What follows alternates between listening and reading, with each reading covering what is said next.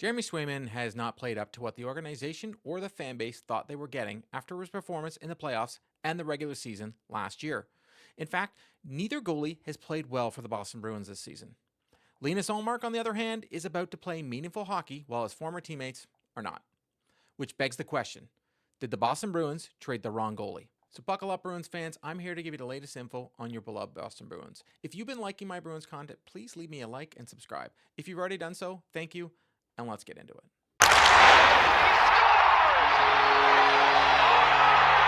On June 26th of last year, the Boston Bruins traded Linus Ullmark to the Ottawa Senators for Mark Kastelik, Jonas Korpisalo, and a first-round pick in 2024. They used that pick to select Dean Letourneau. Letourneau is a project and could turn out to be a home run, but with many Bruins first-round picks, they always kind of reach. Kastelik has been a welcome addition to the Boston Bruins and to the bottom six, and the Bruins have welcomed that with an extension. At the time of the trade, Jeremy Swayman was coming off a season where he played 44 games with a 2.53 goals against average and a .916 save percentage. In the playoffs, he was one of the biggest reasons the Boston Bruins beat the Toronto Maple Leafs in the first round, but eventually, the Bruins get knocked out by the now defending Stanley Cup champions, the Florida Panthers. At the trade deadline last year, the Bruins tried to move Ullmark, but he blocked the trade because it was a West Coast team and he didn't want to be far from his family, and it was on his no-trade list. It was his right to block it, and at the time, he didn't want to leave Boston. After Bruins tried to trade him, all bets were off. I can't say I know how he felt at the time, but I would think if I'm in his shoes, I'd want out of Boston after they try and move me. The reason the Bruins wanted to trade him is because they had to make a choice. They had Swayman, who is going to be an RFA at the end of the year, and Ullmark, who is going to be a UFA at the end of this season. At the time, it would have made sense to any GM in the league because they had a young goalie playing amazing, and I'm sure even goalie Bob had his seal of approval on it. You had the GM and the president and probably the whole coaching staff all behind moving Linus Ullmark. I personally thought they would have waited till this season to move him, but I understand the value would have been lower. Plus, you've already tried to move him, so you kind of have to do it now. They wanted the cap space this year so they could sign guys like Elias Lindholm, Nikita Zadorov, and those other guys that some they've already moved on that just didn't pan out this year. The Bruins got bigger, supposedly tougher, and a lot slower with all this cap space that they earned from trading Ullmark. What they lost, though, was one of the best goalie duels in the league and a bond between two players that looked indestructible. Tell me you don't miss the goalie hug. With all the drama that ended up happening this season and off-season, the calm demeanor of Ullmark probably would have been great in the dressing room. Well, this season the Bruins didn't end up with a dynamic duo between the pipes, and far from it. The Bruins struggled out the gate, and the new additions to the roster looked slow, lost, and the team looked like a shell of themselves from the previous year. It almost looked like they overachieved the previous year, and they were finally looking like the team that lost Patrice Bergeron and David Krejci. Swayman wins his first start of the season, but it wasn't a convincing one. He gives up 4 goals in a 6-4 win over the Habs. He wins the next game, but he loses his next 4 starts and looks shaky. By the end of all of it, he's at a 3.02 goals against average. He ends up having a redemption game and beats the rivals, the Toronto Maple Leafs, but he then gets blown out by the Carolina Hurricanes the very next game. The Bruins didn't pull Swayman right away, even though they should have, but this wouldn't be the last time they did this. They waited until at least 6 goals when it was obvious to most of us watching the game that after the 4th goal, Swayman should have been pulled against the Hurricanes. There was so much drama between President Cam Neely and Swayman in the offseason, you could see some of the cracks in Swayman's armor. He was saying all the right things to the media, but his play on the ice said differently. It doesn't get much better for Swayman as the season progresses. He doesn't seem to bounce back in the month of November and post a 2.69 goals against average, and it has a .900 save percentage, which is better than the previous month, but it's still not what people expected. It doesn't help Swayman's case that his counterpart in net, Korpisalo, posts a 1.76 goals against average and a .933 save percentage in the month of November. This is also where I start to not understand what the coaching staff is doing when it comes to who starts and how they use their goalies. Year after year, the Bruins have used a rotation of goalies since the days of Rask, and Korpisalo was showing signs in November that he could handle it.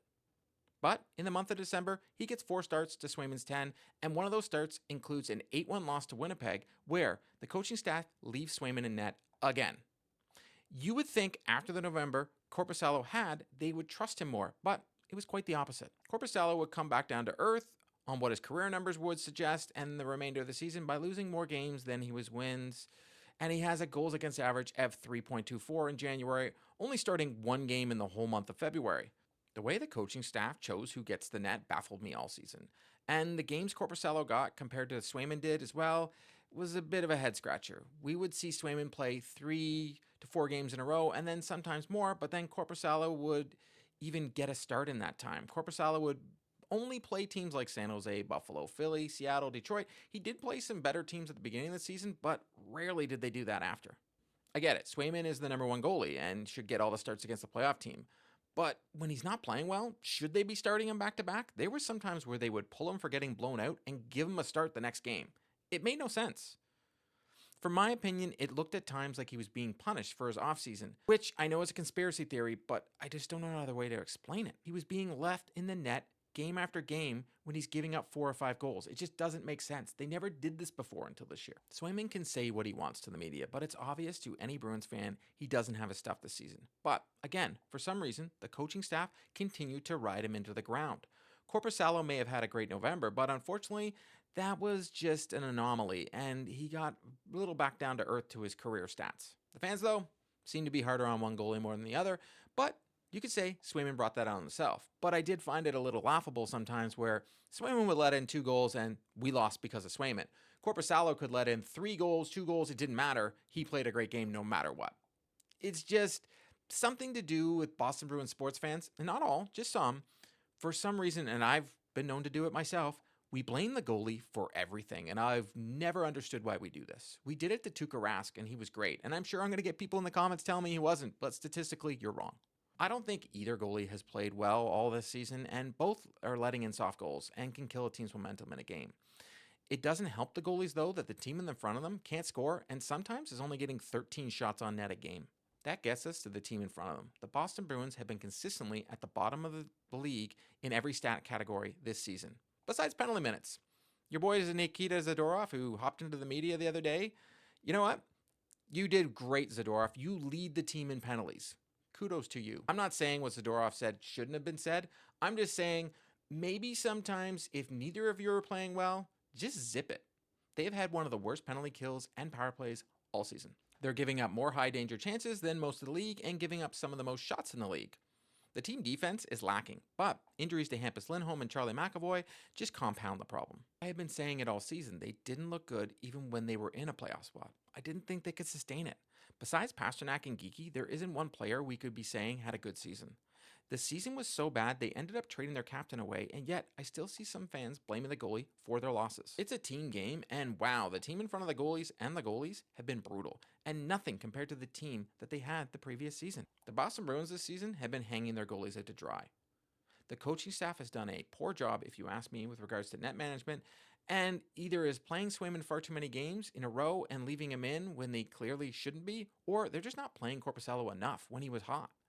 Korpisalo almost went a full calendar month between starts. Even if they had Ullmark this season, I truly don't think it would have made a difference because that's how poorly the Bruins have been playing in front of their goalies. They would have had a couple more wins and most likely would be the 8th seed, but they would have been bounced out in the first round and they probably would have traded Ullmark at the deadline for less assets than they got over the summer. Ullmark, on the other hand, is playing on a team that frankly is better than the Boston Bruins this season in every way. Ullmark is on a team that was starving for a goalie that could give them a chance to win because they had all the other elements. They had a good front end, they had a good back end. They had 4 solid lines, solid defense, and their special teams weren't the worst in the league. They also had better center. Ullmark this season actually has struggled at times as well and has been plagued by injuries.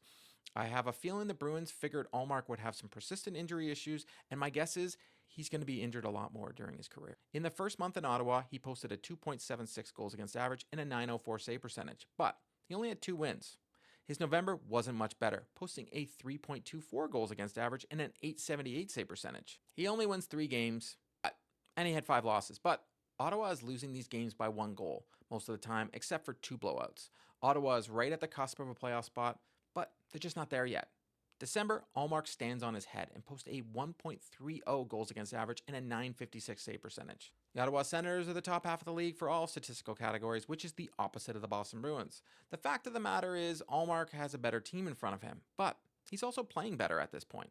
He helps his team get back into the playoff race. He since then came back down to earth, and he's been battling injuries and posted a 4.35 goals against average in February, along with not winning a single game that month.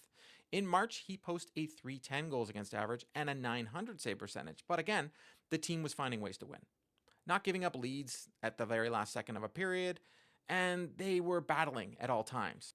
Ullmark ends up signing almost an identical contract to Swayman, but Ullmark is 31 and Swayman is 26. Both contracts end in 27-28, but Swayman will be 29 at the end of his deal, and Ullmark will be 34.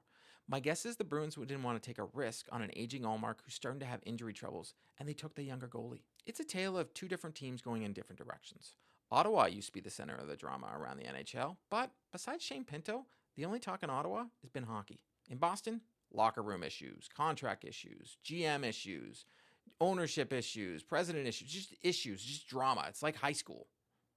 Ottawa is young, fast, had depth down the middle, and have a decent core, but they've had bad goaltending for years, and they fixed that issue. The Bruins were young, but they got bigger and slower and had no legitimate number one center. The Boston Bruins had far too much drama this year, and frankly, I feel a lot of it was glamorized by the media in Boston, and I get it. It gets you clicks.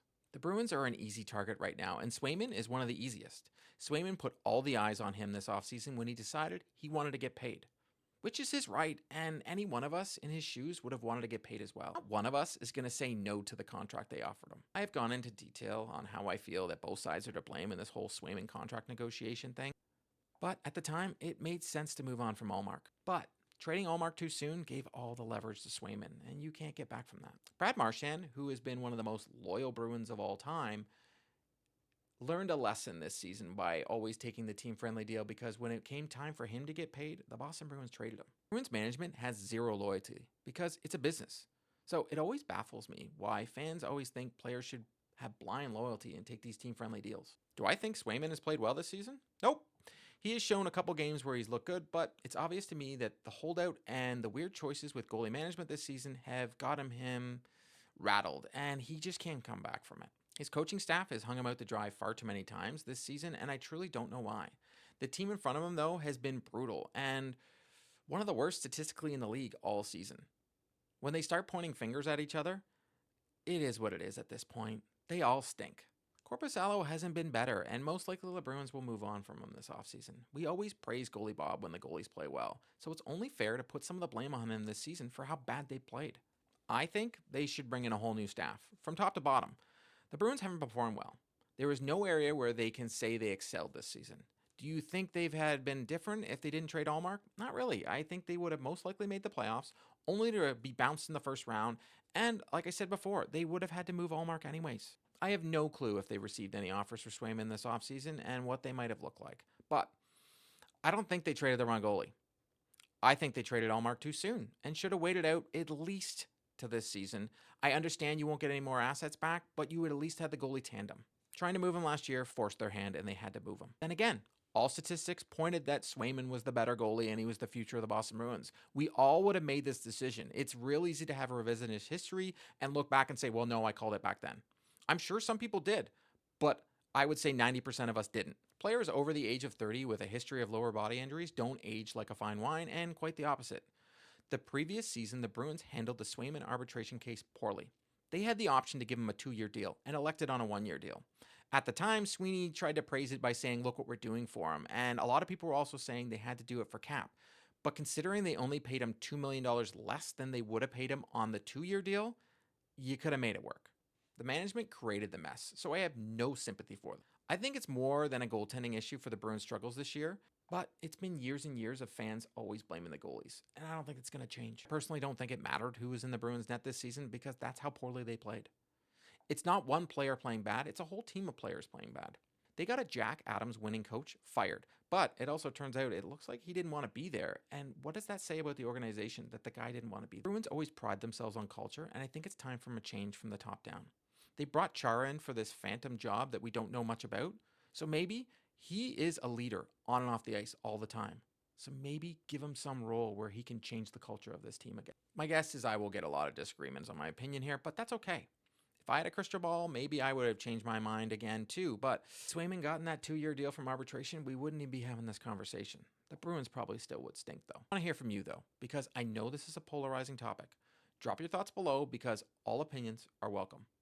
That's a wrap on today's video. To stay up to date on all news surrounding the Boston Bruins, please subscribe and drop me a like. If news breaks surrounding the Boston Bruins, be sure to check out the channel. If you've already subscribed to the channel, thank you, and I'll see you next time.